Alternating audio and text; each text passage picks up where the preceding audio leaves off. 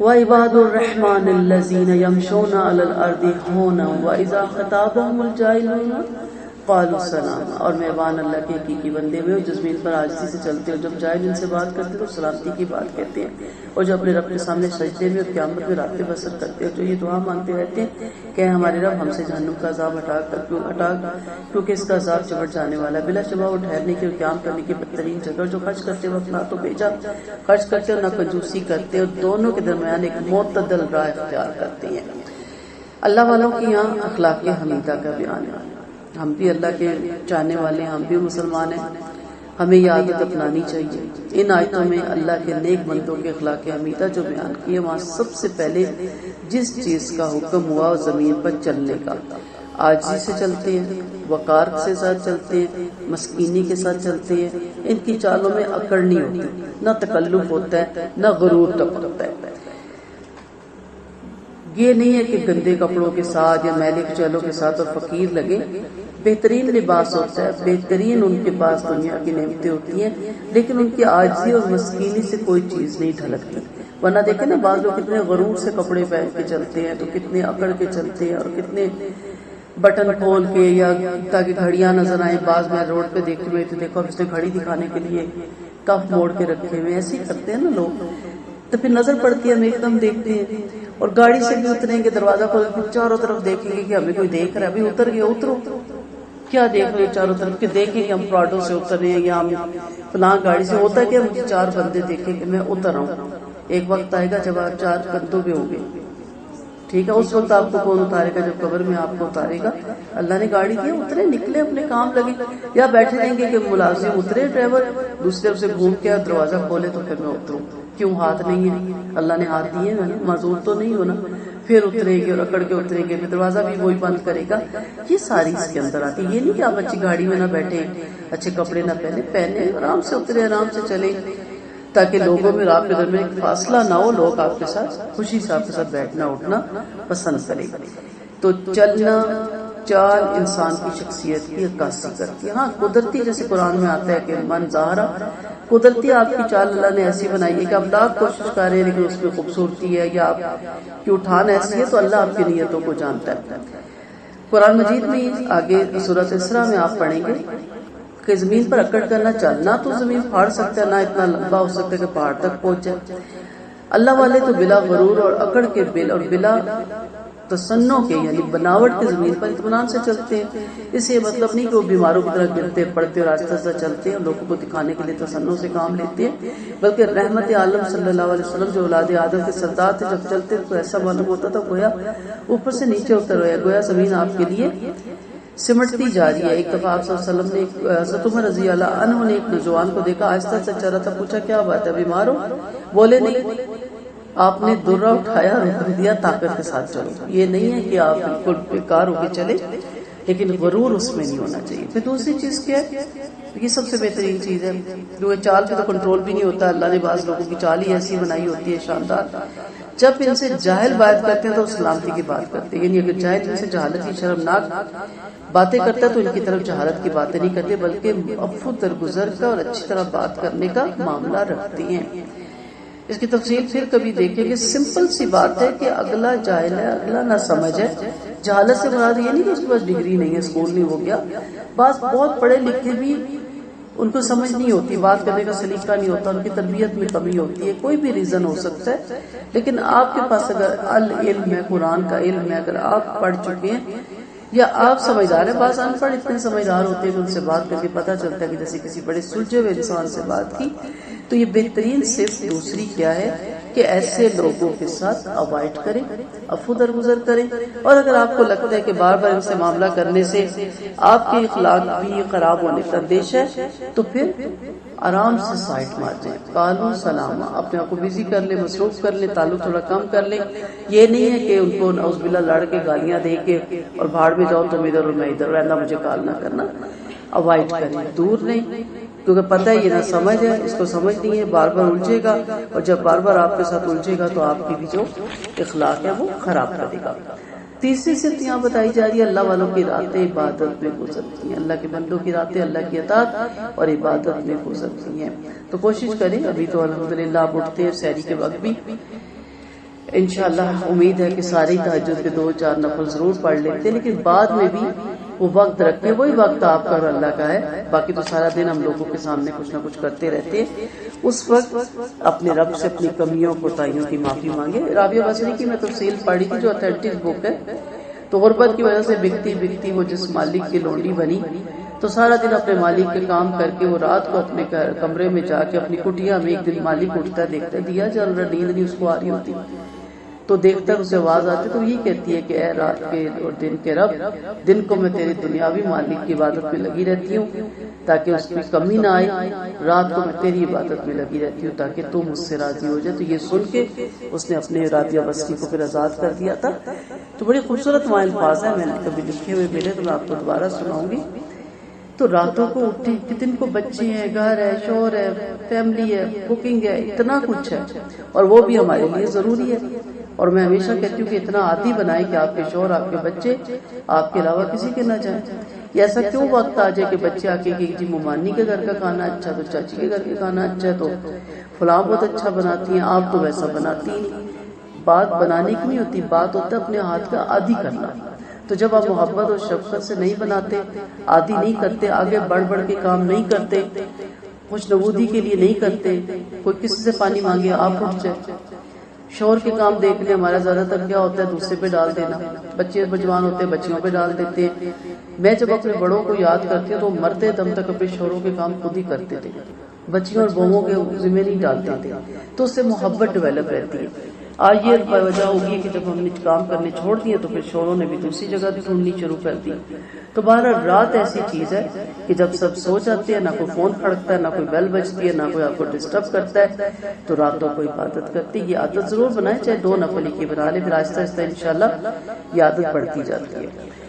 اللہ والے چوتھی صفت راتوں کو بلک بلک کر دعائیں کرتے، راتوں کو اٹھ کے دعائیں مانگتے کہ اے مالک ہم سے جہنم کا عذاب دور رکھ، کیونکہ اس کا عذاب جس کو چمٹ جاتا ہے پیچھے نہیں چھوڑتا۔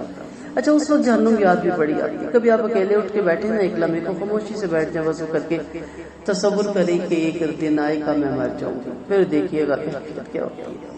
پھر ساتھ ہی کہانی چل پڑتی ہے کہ کیسے مجھے کوئی غسل دے رہا ہے، کیسے مجھے کفن پہنا رہا ہے، دم گھٹتا جا رہا ہے، خود ہی فیلنگ آتی ہے۔ پھر قبر میں اتارتے ہیں، پھر مٹی ڈالتے ہیں۔ کل بھی میں ایک مووی ایسی دیکھ دی تھی، تو پوری رات وہ خواب میں کیا جاگتے اٹھتے ذہن میں رہی کہ آنا ہے نا وہ وقت، مجھ سے تو نہیں بچے گا، میں کو نہیں فلانے مارنا، فلانے میں نے نہیں مرنا، تو یقین کرے بے اختیار مجھ سے نکلتا ہے، اللہ قبر کے حساب سے بچا نکلتا ہے کیوں نہیں۔ تو راتوں کو ہم تو دن کے دکھڑے ختم نہیں ہوتے، دن ہی کو رو کے نہیں تھکتے، ہر وقت رونا روتے رہتے، شوہروں کی بے وفائی کا اور گھر کی عذابوں کا اور کاموں کا، ان باتوں کو چھوڑتے یہ چلتی رہے گی جب تک آپ میں طاقت آپ نے کرنا نہیں رہے گی، آپ نہیں کریں گے۔ راتوں کو بلک بلک کے روتے، راتوں کو تکیے نہیں گیلے کرتے، سجدے کی جگہ گیلی کرتے، اور کس چیز کے لیے روتے؟ صرف اپنی رب کی محبت، اس کے عذابوں سے پناہ، اس کے قہر سے پناہ مانگتے اور جہنم سے پناہ مانگنے کی دعائیں مانگتے ہیں، کیونکہ جہنم ہر اعتبار سے بدترین جگہ ہے، یعنی منزل کے اعتبار سے بھی جگہ بری ہے، مقام اور خواب کے اعتبار سے بھی بری ہے۔ اللہ نہ کرے اگر اس کا پروانہ مل گیا پھر چھٹکارا مشکل ہے۔ مالک بن حارث رضی اللہ عنہ کہتے جب کسی کو جہنم میں جھونکا جائے گا تو اس میں گرے گا، جب اس کے بعض دروازوں سے راہ میں گزرے گا تو اسے کہا جائے گا ذرا ٹھہر جاؤ، یہ تحفہ لیتا جا، پھر اسے سانپوں اور بچھوؤں کے زہر کا بھرا ہوا جام پلایا جائے گا، جس کو پیتے کھال الگ ہو جائے گی اور بال الگ جا کے رہیں گے، اس طرح پٹی اور رگیں سب الگ ہو جائیں گی۔ عبیدہ بن عمیر رضی اللہ عنہ فرماتے جہنم میں کنویں کی طرح گڑھے ہیں جن میں بختی اونٹوں جیسے اژدہا اور سیاہ خچروں کے برابر بچھو ہیں، جب دوزخیوں کو دوزخ میں پھینکا جائے گا تو یہ سانپ اور بچھو وہاں سے نکل کر انہیں لپیٹ کر ان کے اونٹ، سر کے بال اور جسم کے دیگر حصے میں ڈسیں گے، جن کے زہر سے گوشت گل کر قدموں پر آ جائے گا۔ پھر جب وہ آگ کی گرمی محسوس کریں گے تو پھر اپنی جگہ لوٹ جائیں گے، یعنی بار بار یہ رپیٹ ہوگا۔ افورڈ کر سکتے ہیں سب؟ نہیں، تو پھر اس سے بچنے کے کام کریں۔ پھر اللہ والے بیجا خرچ نہیں کرتے، اسراف سے بچتے ہیں، یعنی بیجا خرچ نہیں کرتے کہ ضرورت سے زیادہ خرچ کریں، نہ بخل کرتے ہیں کہ حقداروں کا حق مار لے، انہیں حسب ضرورت خرچ نہ دے، بلکہ اعتدال کے ساتھ درمیانی راہ چلتے ہیں، کیونکہ درمیانی راہ بہترین راہ ہے۔ ٹھیک ہے، نبی کریم صلی اللہ علیہ وسلم نے فرمایا وہ شخص سمجھدار ہے جو کمائی میں درمیانی راہ اختیار کرے۔ کبھی بھی ایک حدیث کا مفہوم ہے نا کہ وہ کبھی بھی فقیر نہیں ہوتا. آپ صلی اللہ علیہ وسلم نے فرمایا جس نے درمیانی راہ اختیار کی وہ فقیر نہ ہوگا. آپ کا فرمانا ہے مالداری میں درمیانی راہ کیسی اچھی اور فقیری میں بھی اور عبادت میں بھی اعتدال والی راہ. اس میں آپ اپنی چادر کے اندر نہ کسی سے مانگنا پڑے نہ کسی کا قرضہ دینا ہو. ٹھیک ہے, رب نے رکھا ہی اتنا ہے, بہت زیادہ بھی اللہ نے دیا تو بھی اوقات میرے اس کے درمیانی راہ اختیار کریں. اب ہوتا ہے کہ تھوڑا ہے تو میں 4 بندے بلا کے بچی رخصت کر دوں گی, اگر دیا ہے تو میں 4000 بندے بلا کے, کیوں اس میں بھی 4 بندے آ سکتے تھے, چلے 4 کے ہٹ کر لیتے ہیں, اللہ نے تھوڑا سا دیا ہے. نہیں, اس سب میں 4000 روپے کیوں چلی گئی. ویسے میں اگر 2 بندوں کو بلا کے نکاح کر رہی ہوں کیونکہ غریب ہوں, دوسری صورت میں میں اب 20 لاکھ 25 لاکھ 50 لاکھ 60 لاکھ تک 1.5 کروڑ کی شادیاں اٹینڈ کر کے آئی ہیں. کیوں؟ یہ بیجا خرچ میں آتا ہے. اعتدال میں رہے, اعتدال کی راہ بہت پسندیدہ ہے. اسی طرح عبادت میں اب پورا مہینہ اتنا لوگ عبادت کریں گے, بعض لوگوں کے نا ماتھے پہ وہ محراب پڑ جاتا ہے, اسکن ان کی ایسی ہوتی ہے نا, بعض کی بڑی جلدی محراب کو لیتی ہے, بعض کی ساری زندگی نہیں لیتی. روزوں کے بعد وہ چاند نکلنے کی دیر ہے, پورا پھر اگلے 11 مہینے ان کے محراب اڑتے ہوئے نظر آئیں گے. بیلنس, ایسی عبادت جو ہمیشہ کر سکے, پوچھ کے سمجھ کے طریقے سے کرے. پردے کے بارے میں بھی میں کہتی ہوں سٹیپ بائی سٹیپ آگے بڑھیں. ہاں, کچھ لوگ ہوتے ہیں حضرت بکر صدیق جیسے جو چھلانگ مارتے ہیں, ٹھیک ہے, عمر جیسے, ہر کوئی نہیں ہوتا. بعض بڑے سوچ سمجھ کے ان کی نیچر میں ہوتا ہے سٹیپ بائی سٹیپ, اور کرتے کرتے اس مقام پہ پہنچے شرعی پردے تک, اور دعا کرتے ہیں یہ نہ کہ اس سے پہلے ہماری موت اگر آ گئی تو پھر آپ سوچ لیں کہ پھر ایسی عورتوں کا کیا انجام ہوگا. آپ سب اچھی طرح جانتے ہیں. تو یہاں پہ کیا ہے کہ بیجا خرچ نہیں کرنا. پھر والذین لا یدعون مع اللہ الہ آخر ولا یقتلون النفس التي حرم اللہ الا بالحق ولا یزنون ومن یفعل ذلک یلقى اثاما. جو اللہ کے علاوہ کسی اور کی عبادت نہیں کرتے, اور نہ حق کسی کو قتل نہیں کرتے جس کا قتل اللہ نے حرام فرما دیا, اور نہ زنا کرتے ہیں, اور جو ایسا کرے گا سزا بھگتے گا, اور قیامت کے دن اس کی سزا بڑھتی چلی جائے گی, وہ جہنم میں ہمیشہ ہمیشہ ذلیل ہو کرے گا. مگر جس نے توبہ کر لی, مان لیا اور نیک کام کرتا, اللہ ایسے لوگوں کی برائیوں کو نیکیوں سے بدل ڈالے گا, اور اللہ بڑا ہی بخشنے والا بےحد مہربان ہے. اور جس نے توبہ کی اور نیک کام کرتا رہا, وہ اللہ کی طرف اچھی طرح سے رجوع کر رہا ہے. اب آگے کیا آ گیا؟ شرک. حجۃ الوداع کے موقع پہ فرمایا یاد رکھو سب سے بڑا گناہ صرف 4 ہی ہیں. اللہ کے ساتھ کسی کو شریک نہ کرو, نہ کسی کو قتل نہ کرو جس کا قتل حرام ہے, زنا نہ کرو, اور بیجا خرچ نہ کرو. اس کے بارے میں پہلے بڑی تفصیلی بات ہوگی. ان شارٹ کہ مذکورہ بالا گندی عادتوں پر سزا ملے گی. ہاں, جس نے توبہ کر لی, مرنے سے پہلے اللہ کے سامنے جھک گیا, اپنے گناہوں سے رک گیا, اپنی اصلاح کر لی, اللہ تعالیٰ اس کی توبہ قبول کرتا ہے اور اسے سیدھی راہ دکھاتا ہے. اسی لیے اللہ نے فرمایا اللہ توبہ کرنے والوں کی برائیاں بھلائیوں سے بدل دے گا. یعنی جب انہوں نے بجائے برائیوں کے نیکیاں کرنی شروع کر دی اور ایمان لا کے نیکیوں میں مصروف ہو گئے, تو اللہ نے انہیں برائیوں سے نیکیوں کی طرف پھیر دیا, اور ان کی حالت اور عادت پلٹ دے دی جائے گی. نبی کریم صلی اللہ علیہ وسلم نے فرمایا میں اس جہنمی کو پہچانتا ہوں جو سب سے اخیر میں جہنم سے نکلے گا اور سب سے اخیر میں جنت میں جائے گا. ایک شخص لایا جائے گا, حق تعالیٰ فرمائے گا کہ اس کے بڑے گناہوں سے قطع نظر کر کے چھوٹے گناہوں کی بات پرس کرو. اس سے پوچھا جائے گا تو نے فلاں فلاں فلاں دن فلاں فلاں گناہ کیا, وہ اقرار کرے گا, اور انکار کیے بغیر چارہ انکار کر ہی نہیں سکے گا. پھر کہا جائے گا تیرے لیے ہر برائی کے بدلے نیکی. یہ عرض کرے گا اے رب میں نے ان کے علاوہ کچھ اور بھی گناہ کیے تھے جن کو میں یہاں نہیں دیکھتا. نبی کریم صلی اللہ علیہ وسلم یہ بات کہہ کے ہنس پڑے, یعنی ابھی اس سے قبل سہما ہوا تھا, جب معاملہ اپنے حق میں دیکھا تو اپنے چھپے ہوئے گناہوں کا بھی اظہار کرنے لگ گیا. 8ویں جو ان کی عادت ہے والذین لا یشہدون الزور وَإِذَا مَرُّوا بِاللَّغْوِ مَرُّوا كِرَامًا. اور یہ جو لوگ جھوٹی گواہی نہیں دیتے جب کسی لغو بات سے گزرتے تو شریفانہ طور سے گزر جاتے ہیں, جب انہیں ان کی رب کی آیتوں سے نصیحت کی جاتی ہے تو اندھے اور بہرے ہو کر ان پر نہیں گرتے, اور جو یہ دعا مانگتے رہتے ہیں کہ اے ہمارے رب ربنا هب لنا من ازواجنا وذرياتنا قرة اعين واجعلنا للمتقين اماما. ہماری بیویوں اور ہماری اولادوں سے ہماری آنکھوں کو ٹھنڈک فرما اور ہمیں پارساؤں کا پیشوا بنا. اللہ والا کی یہ صفت بھی بڑی خوبصورت ہے, 8ویں صفت ہے. شرک اور بت سے تو وہ نفرت کرتے ہی ہیں, اس کے ساتھ ساتھ وہ جھوٹی گواہیوں پہ بھی نہیں آتے, جھوٹ بھی نہیں بولتے اور کسی پہ جھوٹے گواہ بھی نہیں بنتے, اور لغویات سے بچتے ہیں. لغویات گانے کو بھی کہا جاتا ہے, گانا سننا, ہر وہ لغو ہوتا ہے کام جو بامانی ہو, بے معنی ہو اور لایانی ہو, جس کا کوئی فائدہ نہ ہو. ٹھیک ہے, میں نے ایک دفعہ اپنے کلاس والوں کو ہوم ورک دیا 3 کالم بناؤ, بالکل غیر ضروری کام, کم ضروری کام اور ضروری کام. تو جو لایانی کام تھے نا ان کی اتنی لمبی فہرست تھی. میں کہا کھل کے بنانا، جس میں نیل بڑھانا، کیا کرنے ہیں نیل بڑھا کے، اس سے نہ سبزی کٹتی ہے تو نہ کوئی کام ہوتا ہے، کیا کرنا ہے. یہ وہ کام ہے جن کا گناہ بھی ہے اور اوپر سے بالکل لایانی اور بے مقصد کام ہے. پھر کم ضروری کام میں کچھ ایسی چیزیں تھی کہ چلے اگر وہ سیکھ لے تو فائدہ، نہ سیکھے تو کوئی حرج نہیں. مباح آتا ہے، جیسے آپ کا ایکسرسائز کرنا، اپنے آپ کو فٹ رکھنا مباح میں آتا ہے نا. اچھا ہے آپ فٹ رہے، اچھی طرح عبادت کر سکے. اور پھر ضروری کام میں بچے کچھ نہیں تھا، کیونکہ لایانی کام ہم نے اتنے زیادہ کیے ہیں. اور میں ہمیشہ ایک مثال سے سمجھاتی ہوں کہ آپ کوڑے کے ڈرم کے پاس سے نہیں گزرنا پسند کرتے، کیونکہ اسمیل بہت ہوتی ہے. اور پھر یہ ہوتا ہے کہ کپڑا کے لیے پاک نہ ہو جائے. لیکن آپ کہتی ہیں کہ آج گزرتے ہوئے آتے جاتے نظر کوڑے کے ڈرم میں جھانک لوں کیا کیا پڑا ہوا، نہیں جھانکتی. لیکن دنیا کے معاملے میں ہر لغویات میں آپ گھس جاتے ہو، ہر چیز میں آپ گھس جاتے ہو. جہاں کوئی کنسرٹ ہو رہا ہے، جہاں کوئی فضول محفل ہو رہی ہے، جہاں کچھ ہے پتہ ہے وہاں کیا رہے کہ ہم کہتے نہیں، ہم نے کہا ذرا جا کے دیکھے تو صحیح بات کیا ہوتا ہے. ضرور جا کے دیکھنے، لعنت ہوتی ہے وہاں پہ، اور جو جا کے بیٹھتا ہے اس پہ بھی لعنت ہوتی ہے. یہ نہیں کہا جاتا یہ صرف دیکھنے آیا ہے، اس کو اس لعنت سے ازد کر دیں. لغویات میں بہت کچھ آ جاتا ہے. چھوٹے چھوٹے پروگرام بھی مرتب ہوتے ہیں، ان کے 5-5 ہزار ٹکٹ ہے. مسجدوں میں فری داخلہ ہے، کوئی نہیں آتا. اور سینما میں اور ایسی جگہوں پہ قدر پیسہ لگتا ہے، سارے چلے جاتے ہیں. نبی کریم صلی اللہ علیہ وسلم نے 3 بار فرمایا کہ میں کبیرہ گناہوں میں سب سے بڑا گناہ تم کو نہ بتا دوں. ہم نے کہا اللہ اس کا رسول ضرور بتائیے. فرمایا شرک اور ماں باپ کی نافرمانی. آپ ٹیک لگائے ہوئے تھے، پھر بیٹھ کر فرمایا یاد رکھو اور جھوٹی گواہی، اور جھوٹی گواہی. آپ بار بار یہ فرماتے ہیں یہاں تک کہ ہمیں تمنا ہوئی کہ آپ خاموش ہو جائیں. تو یہ چیز بھی منع کی گئی ہے کہ جھوٹی گواہی سے ایک انسان کا مستقبل جو ہے وہ برباد ہو جاتا ہے. ایک دفعہ ابن مسعود رضی اللہ عنہ کسی تماشے کے پاس سے گزرے مگر ٹھہرے نہیں. رحمت اللہ علیہ صلی اللہ علیہ وسلم نے فرمایا کہ ابن مسعود کو نے بہترین صبح شام گزاری، یعنی دیکھا بھی کہ وہاں تماشا تھا لیکن وہاں نہیں گئے. پھر مومن اب اللہ کے ذکر کے وقت کانپ اٹھتے ہیں. ٹھیک ہے، لم یحر علیہ صما وعمیانا، اندھے بہرے ہو کے نہیں اس پہ گرتے، کانپ اٹھتے ہیں.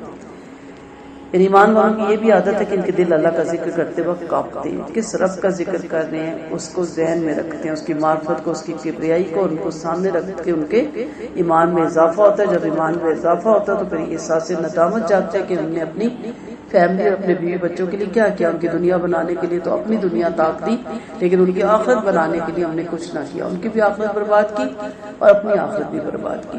یہ قرآن کا 5واں حقوق بھی آ جاتا ہے نا، پھر امر بالمعروف اور نہی عن المنکر. تو آغاز کہاں سے ہوتا ہے؟ اپنی اولاد سے. تو فوراً دعا کرتے ہیں ہمارے رب ہماری اولادوں کو، ہمارے جوڑوں کو، ہماری آنکھوں کی ٹھنڈک بنا اور ہمیں متقیوں کا امام بنا. بڑی خوبصورت دعا ہے. اللہ تعالیٰ ہم سب کی اولادوں کو متقیوں کا امام بنائے. اولئک یجزون الغرفۃ بما صبروا ویلقون فیہا تحیۃ وسلام. ان لوگوں کو صبر کرنے کی وجہ سے صلہ میں بلا خانہ ملیں گے اور وہاں انہیں دعا اور سلام پہنچایا جائے گا، جہاں وہ ہمیشہ ہمیشہ رہیں گے. وہ حسین اور عمدہ جگہ اور مقام ہے. آپ فرماتے کہ تم ایمان نہیں لاتے تو میرا رب تمہاری پرواہ بھی نہیں کرتا. تم جھٹلا چکے ہو، بن قریب ہی تم کو اس کے ساتھ مل جانے والی ہے جو تمہیں چمٹ جائے گی. تو اخلاق حمیدہ اپنانے والے مومنین کے لیے جنت ہے. جو بھی مومن کی اخلاق جو ہم نے اوپر بھی پڑھے اور جب سے ہم قرآن میں دورہ قرآن کر رہے ہیں، ساتھ ساتھ تہذیب ادب احترام پڑھ رہے ہیں، جو بھی انہیں اپنائے گا ان ایمان کے بدولت، ان کے اخلاق کے بدولت بہشت میں بلا خانے ملیں گے. چونکہ دنیا میں وہ صبر پہ قائم رہے، اس لیے آج اس کے صلے میں انہیں بلا خانے ملیں گے. جنت میں چاروں طرف سے مبارک بادیاں ہوں گی، سلام کی آواز گونجے گی، فرشتے ان کی آؤ بھگت کریں گے، ان کا ادب اور احترام اور عزت و اکرام کریں گے. آج ان پر بھی سلامتی اور ان کے لیے بھی سلامتی ہے، کیونکہ فرشتے جنت کے دروازے سے آ کر انہیں سلامتی کی دعائیں دیں گے. یہ تمہارے صبر کا صلہ، دیکھو اس کا انجام کتنا اچھا ہے. اب دنیا کسی اور طرف جا رہی ہے، آپ کسی اور طرف جا رہے ہیں تو بڑا مشکل لگتا ہے نا. میوزک میں بھی تھرل ہے، ڈراموں میں بھی بڑی، اور خاص طور پر ینگ بچیوں اور بچوں کے لیے عمر ایسی ہوتی ہے نا. اب ایک نوجوان ہے وہ یاشی کر رہا ہے، موج کر رہا ہے، انجوائے کر رہا ہے، جوانی کو کہتے جوانی اسی لیے آئی. اور ایک ہے وہ مسجدوں کو جا رہا ہے اور مدرسوں کو جا رہا ہے اور اپنے رب سے ڈر رہا ہے. تو فرق ہے نا. اب اس کی لائف تو بظاہر بور ہے، لوگوں کے نزدیک بور ہے، لیکن ہوتا بڑا انجوائے بڑا کرتا ہے انسان دین کو. وہ ایک الگ اس کے اوپر لیکچر دینے والا بنتا ہے کہ اس کی کیا لذت ہے، لیکن ایک عام مثال سے سمجھا رہی ہوں. ایک بچی ہے وہ 8-9 سال یا 10 سال کی عمر میں اسکارف پہن لیتی ہے، اور 12-11 سال کی عمر میں جب وہ بالغ ہوتی ہے تو حجاب کر لیتی ہے، اور پھر اس کے بعد وہ چہرے کا پردہ کر لیتی ہے، اور بنسبت اس کے دوسریاں اتنے خوبصورت ویل ڈریس اور ایسے فیشن کر رہی ہیں تو کٹ گئی نا۔ یہی تو وہ صبر ہے کہ کشش ہے اور آپ اس کو من مان کے چھوڑ دیں۔ کشش نہ ہو تو پھر تو مزہ ہی کوئی نہیں نا، دل میں ڈالا گیا نا، ٹھیک ہے۔ جیسے کسی نے کہا کہ جی بڑے اچھے روزے رکھ رہے ہیں، نہ بھوک لگتی ہے نہ پیاس، تو اس نے کہا یہ کیا فائدہ ہوا، مزہ تو تب ہے پیاس لگے تو برداشت کرو اور صبر کرو تو روزے کا اجر پاؤ۔ یہ تو کوئی روزہ نہ ہوا جس چیز کی فیلنگ ہی نہیں، اس کا مزہ کیا؟ مزہ تو تب آتا ہے پیاس لگی ہے، اس رب کی خاطر نہیں پی رہے آپ پانی، حالت خشک ہے، اونٹ خشک ہے، آپ نہیں پی رہے، اس وقت اللہ کہتا ہے کہ یہ میرا بندہ جو حلال چھوڑ سکتا ہے میرے لیے، کل انشاءاللہ آرام بھی چھوڑے گا، ٹھیک ہے۔ تو یہ ساری چیزیں چھوڑنے کا اپنی اولادوں کو بتائیں، اپنے آپ کو سمجھائیں کہ اس کا رزلٹ کتنا اچھا۔ اب تو یہاں لاکھ بات میں فوج میں لگے ہوئے ہیں، کہنے کو تو بڑی لائف زبردست گزارے، انجوائے کر رہے ہیں، موج مستی میں گزارے ہیں، کہتے ہیں جی ایک ہی دفعہ دنیا میں آئے ہیں، لیکن پھر دیکھیں آخرت میں ان کے ساتھ کیا ہوگا، جہنم کی چیخ و پکار، جہنم کے عذاب اور زخم تو اور ان کا پیل غساق آیا نا، اس کے ڈول پہ لائے جائیں گے۔ بہت حدیثیں ہیں جو زنا کو پسند کرتے ہیں، لواطت کو پسند کرتے ہیں، فحش مناظر کو پسند کرتے ہیں، اور ذرا یہ ضروری نہیں ہوتا کہ شرمگاہ تک چلا جائے۔ آپ صلی اللہ علیہ وسلم نے کیا فرمایا، آنکھیں بھی زنا کرتی ہیں، کان بھی زنا کرتے ہیں، زبان بھی زنا کرتے ہیں، ہاتھ اور پاؤں بھی، شرمگاہ تو اس کی تصدیق یا تردید کر دیتی ہے۔ تو آنکھیں جس کا فحش کام میں ڈالی، فحش مناظر میں ڈالی، کان سے جو کچھ سنا، غیبتیں سنی، ٹو لگائی، تجسس کیا، زبان سے جو کچھ کیا، ہاتھوں پاؤں سے، کیا ہے ان کا انجام؟ یہاں تو بڑا لذت دینے کے ہم کرتے ہیں، بنسبت اس کے دوسری طرف لوگوں کے بڑی بور لائف ہے، ٹھیک ہے، لیکن اس بورنگ کے بعد کیا ملے گا؟ اتنی بہترین جنت اور اس قدر بہترین وہاں پہ انعامات۔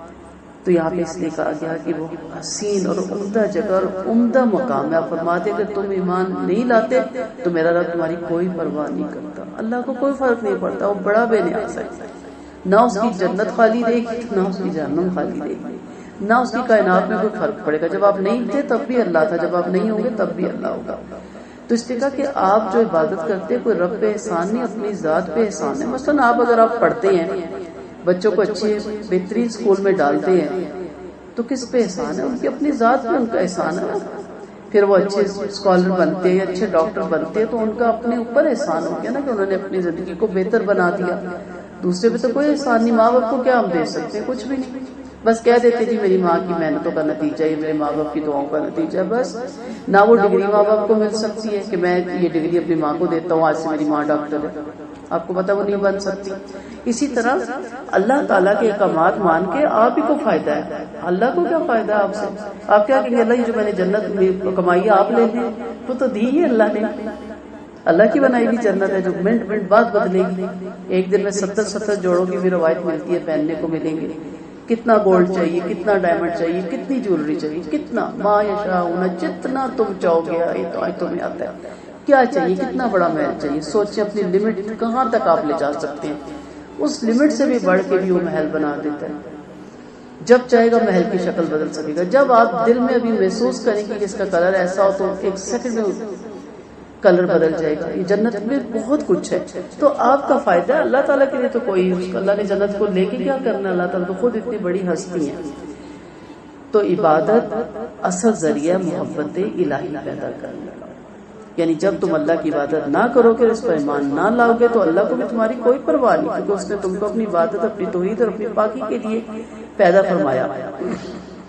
ابن عباس فرماتے ہیں اللہ کو کافروں کی ضرورت نہیں، کیونکہ اس نے انہیں مومن نہیں بنایا، اگر اس سے ان کی حاجت ہوتی تو مسلمانوں کی طرح ان کے دل میں بھی ایمان کی طرف پیدا فرما دیتا۔ فرمایا کہ اے کافروں، تم نے حق جھٹلایا، تمہاری تکذیب عنقریب اللہ کا عذاب بن کر تم پر چمٹ جانے والی ہے، اور اس سے تم پر اللہ کا عذاب آ جائے گا اور تم دنیا اور آخرت میں تباہ و برباد ہو جاؤ گے۔ بسم اللہ الرحمن الرحیم، سورہ شعراء۔ شروع اللہ کے نام سے بڑا مہربان نہایت رحم کرنے والا۔ طاسین میم تلک آیۃ الکتاب المبین لعلک باخع نفسک الا یکونوا مؤمنین۔ توسیم حروف مقطعات، یہ روشن کتاب کی آیتیں، ان کے ایمان لانے پر شاید آپ اپنی جان ہلاکت میں ڈال دیں گے، اگر ہم چاہیں تو ان پر آسمان سے ایک نشانی اتار دیں جس کے سامنے ان کی گردنیں جھک جائیں۔ ان کے پاس مہربان اللہ کی طرف سے جو نصیحت بھی آتی ہے اسے اعراض کرتے رہتے ہیں، انہوں نے جھٹلایا لہٰذا جلدی ان کے پاس ان کی خبریں آ پہنچیں گی جس سے یہ مذاق کیا کرتے تھے، کیا انہوں نے زمین نہیں دیکھی کہ ہم نے اس پر کتنے نفیس جوڑے پیدا کیے، یقیناً اس میں نشانی اور ان میں سے اکثر ایمان لانے والے ہیں، یقیناً آپ ہی کا ہی رب سب پر غالب اور بے حد مہربان ہے۔ اور جب آپ کے رب نے موسیٰ علیہ السلام کو آواز دی کہ کہا کہ ظالموں کے پاس جو یعنی فرعون کی قوم کے پاس کیا یہ تقوی اختیار نہیں کرے گا، اور بولے اے میرے رب مجھے خوف ہے مجھے جھٹلا دے گا، میرا سینہ گھٹ رہا ہے اور زبان میں روانگی نہیں ہے، تو ہارون کے پاس وہی بھیج ان کو میرے ذمے اور ان کا میرے ذمہ ایک جرم ہے، مجھے خوف ہے مجھے قتل کر ڈالے گی۔ فرمایا ایسا کبھی نہ ہوگا، تم دونوں ہماری نشانیوں نے کہ جو ہم تمہارے ساتھ ہیں اور سننے والے دونوں فرعون کے پاس جاؤ، اس سے کہو کہ ہم رب العالمین کے بھیجے ہوئے کہ ہمارے پاس ساتھ اسرائیلیوں کو روانہ کر دے۔ فرعون بولا کیا ہم نے بچپن کے زمانے میں تیری پرورش نہ کی تھی؟ کیا تو نے اپنی زندگی کے کئی سال ہم میں نہیں گزارے؟ تو نے اپنا وہ کام بھی کیا تھا جو کر گزرا، تو احسان فرموش ہو مجھ سے۔ فرمایا میں نے وہ کام ایسی حالت میں کیا تھا کہ میں راہ بھولے ہوئے لوگوں میں سے تھا، پھر میں نے تم سے خوف کیا تو تم سے بھاگ گیا، پھر مجھے میرے رب نے حکم عطا فرمایا اور مجھے اپنا پیغمبر بنا دیا۔ کیا یہ وہ احسان ہے جس کا تم مجھے جتلا کر اسرائیلیوں کو غلام بنا کر رکھنا چاہتے ہو؟ قال فرعون وما رب العالمین قال رب السماوات والارض وما بینہما ان کنتم موقنین۔ فرعون نے کہا رب العالمین کون ہے رب العالمین؟ فرمایا وہ آسمان و زمین کا اور ان کے درمیانی چیزوں کا رب ہے اگر تم یقین کرنے والے میں ہو۔ فرعون نے آس پاس والوں سے کہا کیا تم سنتے نہیں ہو؟ موسیٰ علیہ السلام نے کہا کہ تمہارے پہلے باپ دادوں کا بھی رب ہے۔ فرعون بولا یقیناً تمہارا رسول جو تمہاری طرف بھیجا گیا دیوانہ ہے۔ فرمایا وہ مشرق اور مغرب کا اور ان کے درمیانی چیزوں کا رب ہے اگر تم عقل سے کام لو۔ یعنی کسی چیز کو بھی یہ موسیٰ علیہ السلام نے اپنے اوپر حاوی نہیں آنے دیا۔ اس طرح کی باتیں کر کے نا دوسروں کو نیگلیکٹ کرنے کا طریقہ ہوتا ہے تاکہ وہ ہماری باتوں سے امپریس ہو کے گھبرا جائے۔ اللہ والے کبھی نہیں گھبراتے۔ موسیٰ علیہ السلام آرام سے جواب دیتے ہیں، ہر چیز کا منہ توڑ جواب جس کے آگے اس کے پاس کوئی جواب نہیں تھا۔ تو وہ آپ کی انسلٹ کرتا رہا، پہلے درباریوں کہتا دیکھا ذرا کیا کہہ رہا ہے، کبھی کہہ رہے مجنون ہے کبھی دیوانہ ہے، لیکن آپ آرام سے جواب دیتے رہے کہ تو اپنے آپ کو اگر خدا مانتا ہے تو بتا پھر مشرق اور مغرب کا رب کون ہے؟ مشرق سے مغرب سے سورج کیسے مشرق سے نکلتا ہے اور مغرب میں طلوع ہوتا ہے؟ تو یہ طریقہ بھی سیکھے کہ آپ کبھی کسی کی اس سے امپریس مت ہو، جو قرآن اور سنت پہ چلتا ہے وہی حق پہ چلتا ہے۔ فرعون نے کہا کہ تو میرے پاس کسی اور کو معبود بنائے گا، میرے علاوہ تو کسی اور کو معبود بنائے گا تو میں تجھے جیل میں بھیج دوں گا۔ فرمایا اگرچہ میں تیرے پاس کوئی روشن دلیل لاؤں کیا؟ پھر بھی بولا اگر تو سچا ہے تو اسے لے کر آ۔ آپ نے اپنا سار ڈالا، وہ فوراً کلم کھلا ایک ذئاب بن کر ہاتھ نکالا تو وہ بھی فوراً دیکھنے والوں کو سفید چمکدار دکھائی دینے لگا۔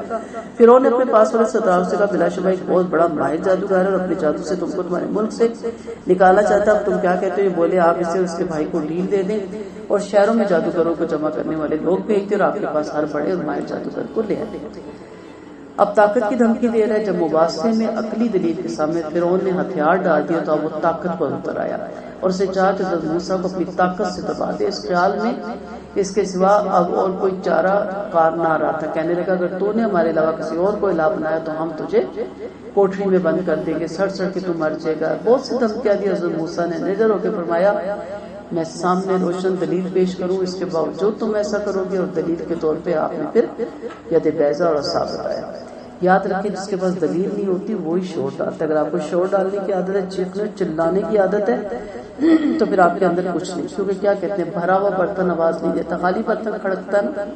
اب شارے شور ڈالتے ہیں، سمندر کی خاموشی دیکھیں، خوف آتا جاتا ہے، کبھی غور سے سنے خوف آ جاتا ہے۔ تو بھرا ہوا انسان جس کے اندر عقل ہوتی ہے، سمجھ ہوتی ہے، حکمت ہوتی ہے، وہ دلیل سے بات کرتا ہے، کوئی نام مانے کہتے ہیں اچھا چلے اللہ آپ کو بھی ہدایت دے مجھے بھی۔ اور جو خالی برتن کھڑکتا ہے نا وہ کہتا ہے میری بات نہیں مانی۔ اکثر مائیں بھی چڑھ دوڑتی ہیں، اکثر شور بھی چڑھ دوڑتے ہیں، اکثر بچے بھی چڑھ دوڑتے ہیں۔ برتن پٹک دیا، دروازہ مار دیا، کیوں مار رہے ہیں بھائی؟ دروازہ کھڑکا کیوں رہے ہیں؟ برتن آپ سمجھائیں، ہمیں نہیں سمجھ آ رہی، آپ سمجھائیں، آپ سمجھدار ہیں تو آپ سمجھا دیں۔ سمجھانا نہیں ہوتا، آرڈر دینا ہوتا ہے کہ بس میں نے کہا تو بس مان لو، چاہے سمجھ آ رہا ہے یا نہیں آ رہا۔ تو ایسی جگہوں پہ پھر بچوں کو بھی نفرت ہو جاتی ہے والدین سے، اور بیویوں کو بھی نفرت ہو جاتی ہے شوہروں سے، اور شوہروں کو نفرت ہو جاتی ہے بیویوں سے۔ تو پھر ایک رشتوں کو نبھا رہا ہوتا ہے انسان، اس میں محبت اور لحاظ نہیں ہوتا ہے۔ اس کے بعد دلیل کے ساتھ کریں، دلیل کریں، دلیل کے ساتھ کریں، اور چلائیں مت، چیخیں مت۔ یہ چیخنا چلانا آپ کی کمزوری کی علامت ہے۔ کمزور انسان کی طرف چلاتا ہے، کمزور انسان شور ڈالتا ہے، جس کے پاس عقل اور سمجھ اور شعور کی کمی ہوتی ہے۔ سمجھدار انسان بڑے سے بڑے معاملے میں بھی آرام سے بات کرتا ہے۔ پھر ایک دن مقررہ دن میں مقررہ وقت پر تمام جادوگر جمع کیے گئے۔ انہوں نے لوگوں سے کہہ دیا کہ تم بھی جمع ہو جاؤ تاکہ اگر جادوگر جیت جائے تو ہم انہیں ان کی پیروی کریں۔ پھر جب جادوگر آئے تو پھر ان سے بولے اگر ہم جیت جائے تو کیا ہمیں کچھ انعام ملے گا؟ بولا ہاں، اچھی صورت میں تم میرے خاص مقرب درباری بنا لے جاؤ گے۔ ان سے موسیٰ نے فرمایا تم جو کچھ ڈالنا چاہتے ہو ڈال دو۔ آخر انہوں نے اپنی اپنی رسی اور لکڑیاں ڈال دی اور کہنے لگے فرعون کی عزت کی قسم یقیناً ہم ہی جیتیں گے۔ فرعون کو رب مانتے تھے نا، اس لیے فرعون کی قسم کھانے۔ پھر موسیٰ نے اپنا سار ڈالا اور فوراً ان کے سامنے بنائے ہوئے سانپوں کو نکلنے لگا۔ آخرکار جادوگر سجدے میں گر گئے اور کہنے لگے ہم رب العالمین پر موسیٰ اور ہارون کے رب پر ایمان لے آئے۔ اب جادوگروں کو جیتنے کا انعام دیا جا رہا ہے۔ جادوگر ہوتا ہی وہ ہے جو اس لیے جادو دکھاتا ہے کہ اس کو انعام ملے۔ تو جادوگر فرعون کے دربار میں جمع ہو گئے۔ فرعون نے انہیں کے لیے خاص دربار سجایا، انہیں ہر طرح کے انعامات سے نوازا، اور پھر فرعون نے ان سے کہا کہ اگر تم جیت گئے تو اس سے بھی زیادہ تمہیں انعام مل جائیں گے اور تم میرے خاص درباری ہو جاؤ گے۔ اب جب جادوگروں نے دیکھا کہ یہ تو جادو ہے ہی نہیں، یہ تو اللہ کا معجزہ ہے، کیونکہ جادوگر جادو کو جانتے تھے، انہوں نے فوراً جب دیکھا تو سجدے میں گر گئے اور کہنے لگے ہم تمام جہانوں کے پروردگار پر ایمان لے آئے جو موسیٰ علیہ السلام اور ہارون کا پروردگار ہے۔ یہ کوئی معمولی سی بات اور کوئی غیر معقول دلیل نہ تھی، بلکہ ایک بہت بڑی بات اور معقول دلیل تھی اور لاجواب کر دینے والی حجت تھی۔ جن لوگوں سے فرعون اپنی حمایت میں مقابلہ کروا رہا تھا اور جو اللہ کے نبی پر غالب آنا چاہتے تھے، وہی سجدے میں گر گئے، اور نہ صرف ہارے بلکہ صداقت ان کے دلوں میں سما گئی اور اللہ کے آگے سجدے میں گر گئے، اور اسی وقت حضرت موسیٰ علیہ السلام پر ایمان بھی لے آئے۔ جب فرعون نے یہ معاملہ دیکھا تو بولا قبل اس کے کہ میں تم کو اجازت دوں تم اس پر ایمان لے آئے، یقیناً وہ تم سب کا بڑا ہے جس نے تم کو جادو سکھایا۔ اب قریب تم کو معلوم ہو جائے گا کہ میں تمہارے ہاتھ پاؤں الٹے سیدھے کاٹ ڈالوں گا، تم سب کو پھانسی کے تختے پہ لٹکا دوں گا۔ انہوں نے کہا کوئی حرج نہیں، ہم تو اپنے ربی کی طرف لوٹ کر جانے والے، ہمیں یقین ہے کہ ہمارا رب ہمارے گناہ معاف فرمائے گا، کیونکہ ہم سب سے پہلے ایمان لانے والے ہیں۔ فرعون نے دھمکی دی کہ خیر کوئی حرج نہیں، ہمیں تو ایک دن اب جواب کیا دیا جائے، ایک نہ ایک دن مرنا ہی تھا، اللہ کے دربار میں جانا ہی تھا، ہمیں اپنی جانوں کی کیا پرواہ۔ جب ہم اللہ کے پاس ہی لوٹ کر جائیں گے تو وہ اخلاص والے عملوں کے صلے ضائع نہیں فرمائے گا۔ اسے تیرا ظلم اور ہماری بے گناہی اچھی طرح معلوم ہے، ہمیں اس کا پورا بدلہ دیا جائے گا اور ہمارے انعام ضائع نہیں کیے جائیں گے۔ آگے سے فرعونیوں کے جو جادوگر تھے جو مسلمان ہو گئے تھے خوبصورت جواب دے رہے تھے۔ ہم نے موسیٰ علیہ السلام کے پاس وہی بھیجی کہ میرے بندوں کو راتوں رات بھیجا، یقیناً تیرا تعاقب کیا جائے گا۔ پھر فرعون نے تمام شہروں میں لوگوں کو جمع کرنے والے بھیج دیے کہ یہ تھوڑے سے لوگ ہیں، انہوں نے ہمیں سخت غصہ دلایا اور ہم سب کو ان سے خطرہ۔ آخرکار ہم نے انہیں باغوں سے اور چشموں سے اور خزانوں سے اور عزت والے مکانوں سے نکالا، اسی طرح ہوا اور ہم نے اسرائیلیوں کو ان کا وارث بنا دیا۔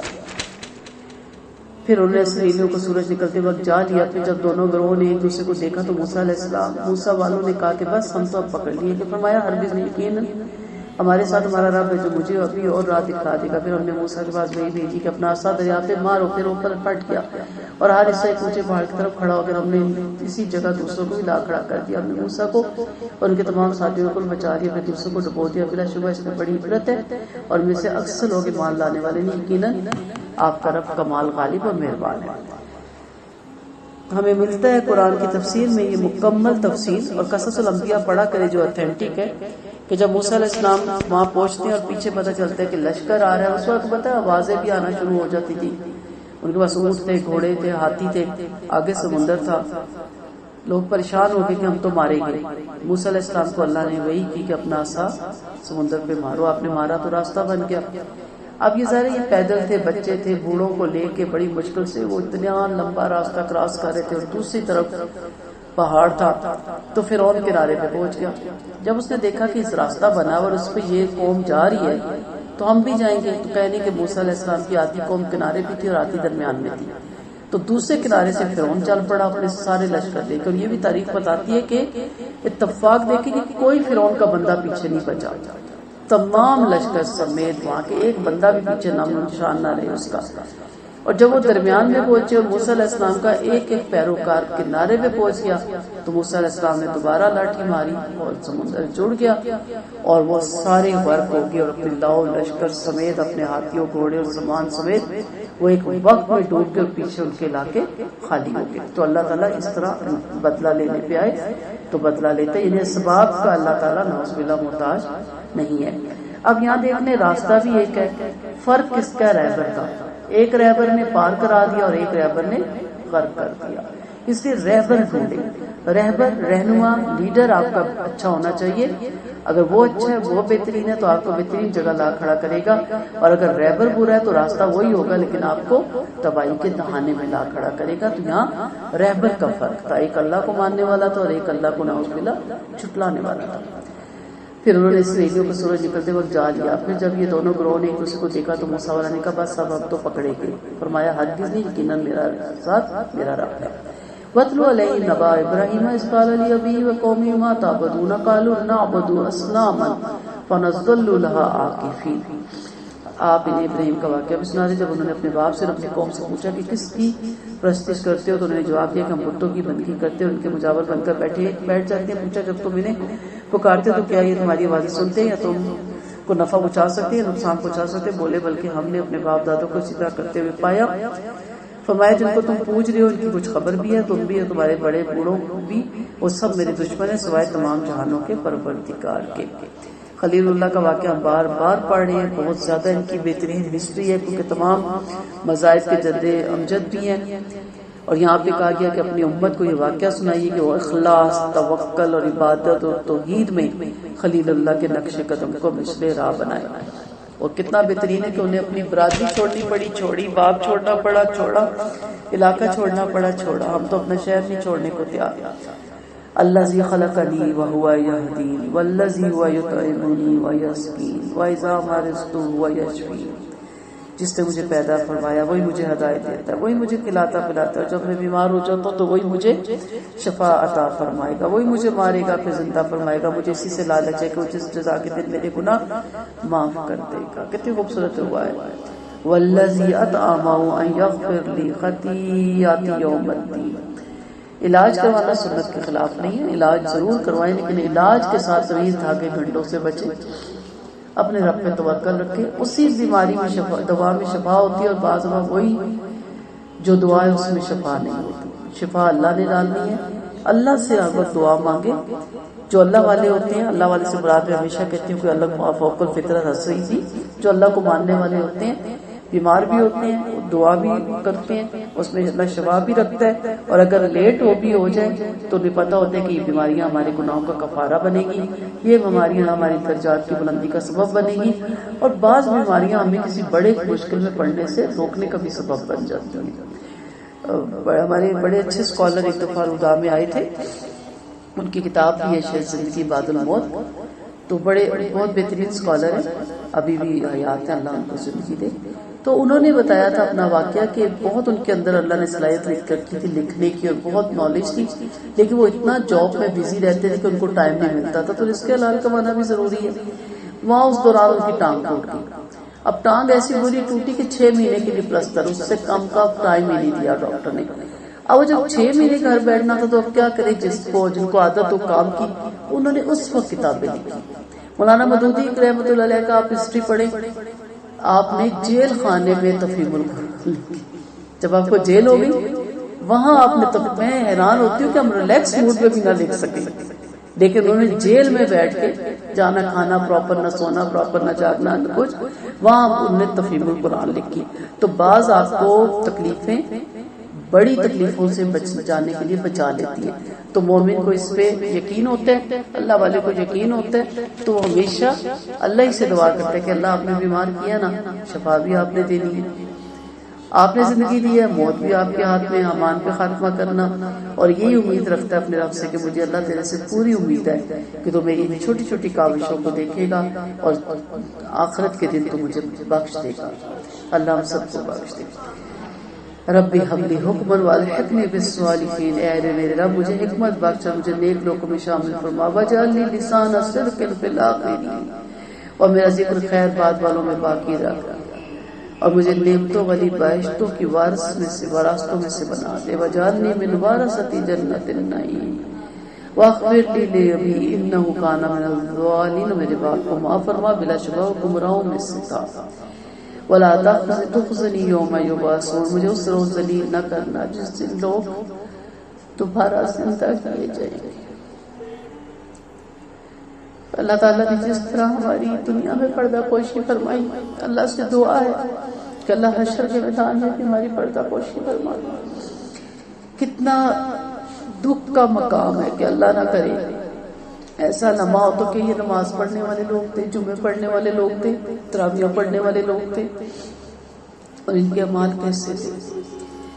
یوم لا ینفع مال ولا بنون. جس دن نہ مال کام آئے گا نہ بیٹے.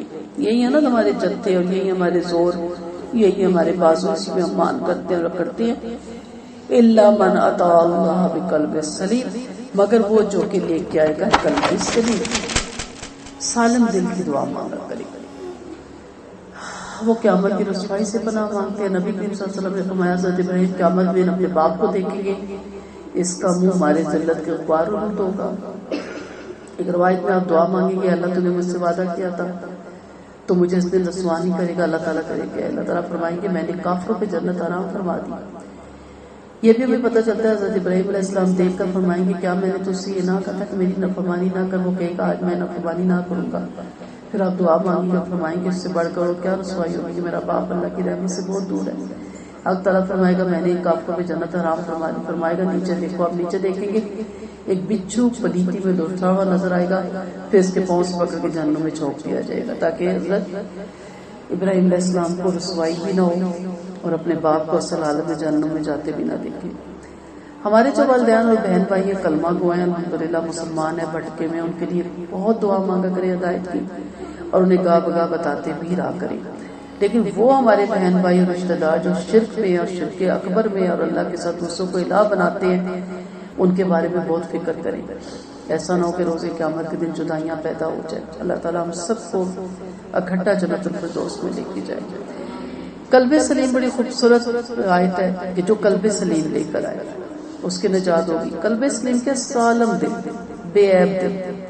کون سا بے عیب دل؟ جس میں توحید ہو، جو شرک سے محفوظ ہو، جو تندرست دل ہو. ایسا دل مومن کا دل ہوتا ہے، کیونکہ کافروں اور منافقوں کے دل بیمار اور عیب دار ہوتے ہیں.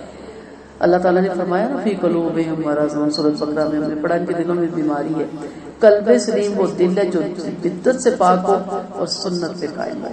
اور اس کی دنیاوی حساب سے اسی طرح مثال سمجھے کہ جس میں اللہ کے سوا کسی کی محبت نہ ہو، جس میں صرف رب بستا ہو، جگ نہ بستا ہو. اور ہمیشہ مثال سے سمجھاتی ہوں نا کہ آپ کا شوہر کہے کہ میں آپ کو گھر بھی دیتا ہوں، آپ کو جوڑی بھی دیتا ہوں، اکاؤنٹس بھی آپ کے نام ہے، لیکن میں کسی اور سے بھی محبت کرتا ہوں اور میں اس سے بھی شادی کرنا چاہتا ہوں. حق کیا کر سکتا ہے، لیکن ایک انسان کی فطرت دیکھے کہ وہ اپنے مقابلے میں دوسری عورت کو بھی عورت برداشت نہیں کرتی. کیوں؟ کہ وہ کہتی ہے کہ مجھے کچھ نہیں چاہیے، مجھے تم چاہیے تھے. اور جب تمہارے دل میں میرے ساتھ کسی اور کی محبت ہے تو میں نے کیا کرنے ان گھروں اور کوٹھیوں اور بنگلوں کو لے کے. یہی ایک عورت کی فطرت ہے نا. عورت کو برداشت نہیں کرتی. اللہ کے انسان ہے ہم.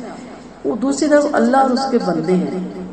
تو آپ دل میں کہیں کہ اللہ تعالیٰ میں آپ سے محبت کرتی ہوں، لیکن میرا رازق، میرا مالک، میرا شافی، میرا غوث، میرا داتا، میرا بری، میرا مشکل کشا کوئی اور ہے، تو بتائیں اللہ کیا کہے گا کہ جب دل ہی میرا نہیں تو میں نے تیری عبادتیں، تیری بندگیاں، تیرے چڑھاوے، تیری تسبیحاں کیا کرنی ہے؟ تیرے دل میں ہی میں نہیں تھا.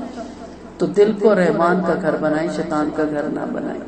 قلب سلیم لے کے جائیں. کل دل کو صاف کریں، صفائی کریں، اس کی چادریں بدلیں، اس کے برتن بدلیں، اس کے کھانے بدلیں، رحمان کو بسائیں. اور حضرت میں جب بڑے تفصیل سے ایک دفعہ میں پڑھایا گیا تھا علامہ اقبال کا، تو ان کی مجھے ایک بات آج تک نہیں بھولی کہ انہوں نے کہا اللہ میں تیری جنت میں وہ لے کے آؤں گا جو تیری جنت میں بھی نہیں. تو اللہ جب پوچھیں گے وہ کیا چیز ہے جو میری جنت میں نہیں، تو میں کہوں گا میں قلب سلیم لایا ہوں، سالم دل جس میں تو رہتا ہے اور جس میں تیرے سوا کوئی نہیں بستا. ان کی ساری ہسٹری مجھے یاد رہے گی، لیکن یہ جملہ مجھے کبھی بھی نہیں بھولا. اللہ تعالیٰ سب کچھ دینے کے بعد نا اپنے بندے سے کہیں گے اے میرے بندے میرے لیے کیا لایا ہے، کیا لے کے جائیں گے آپ؟ نمازوں کی کثرت، عبادت کی کثرت، تسبیحات کی کثرت، صدقات کی کثرت، جہاد کی کثرت. ایسی ایسی عبادتیں لوگوں نے کیا بنی اسرائیل کی قوم نے، آپ ان تک پہنچ ہی نہیں سکتے. ایسے ایسے اعمال ہیں. کیا لے کے جائیں گے؟ کبھی سوچئے گا میں اپنے رب کے لیے کیا لے کے جاؤں گی یہاں سے. اب انہوں نے تو کہہ دیا علامہ اقبال نے قلب سلیم کہ اللہ میرے پاس تو صرف وہ دل ہے جس میں تو بستا تھا، اس میں تیری محبت کے ساتھ کوئی نہیں بستا. وَأُزْلِفَتِ الْجَنَّةُ لِلْمُتَّقِينَ. اب جو قلب سلیم والے ہیں جنت قریب لائی جائے گی ان کے. تھک کے ہم آتے ہیں نا وہیں جوتے اتار کرے یہیں جوتے دے دو، یہیں پانی پلا دو. دل نہیں اب اتنا چل کے آئے کچن تک جانے کی ہمت نہیں ہوتی. اتنے تھکے ہوں گے نا جنتی جنتی کے کام کر کر کے، اتنے کھپے ہوں گے. پھر انہیں یہ نہیں کہا جائے گا اتنا سفر کرو تو اس موقع ادھر جاؤ تو وہاں جنت ہے، اور جنت بادشاہوں کے قریب لائی جائے گی اور گمراہوں کے لیے جہنم ظاہر کر دی جائے گی. اور ان سے کہا جائے گا تمہارے وہ معبود کہاں ہیں جن کی تم اللہ کو چھوڑ کر عبادت کیا کرتے تھے؟ کیا وہ تمہاری مدد کر سکتے ہیں؟ تمہاری طرف سے کچھ انتقام لے سکتے ہیں؟ پھر وہ اور تمام گمراہ جہنم میں اوپر تلے ڈالے جائیں گے. ابلیس کے تمام لشکر بھی اس میں جھگڑتے ہوئے کہیں گے اللہ کی قسم یقیناً ہم کھلی غلطی پر تھے جبکہ تم تمام جہانوں کے پروردگار کے برابر سمجھتے تھے. ہمیں تو انہیں مجرموں نے گمراہ کیا تھا. اب ہمارا کوئی سفارشی بھی نہیں اور کوئی گہرا دوست بھی نہیں. اگر ہمیں ایک بار بھی دنیا میں جانے کا موقع ملتا تو ہم آپ کے سچے مومن بن جاتے. بلا شبہ اس میں ہماری بڑی عبرت ہے، سے اکثر ایمان والے نہیں. یقیناً آپ کا رب سب پہ غالب اور مہربان ہے.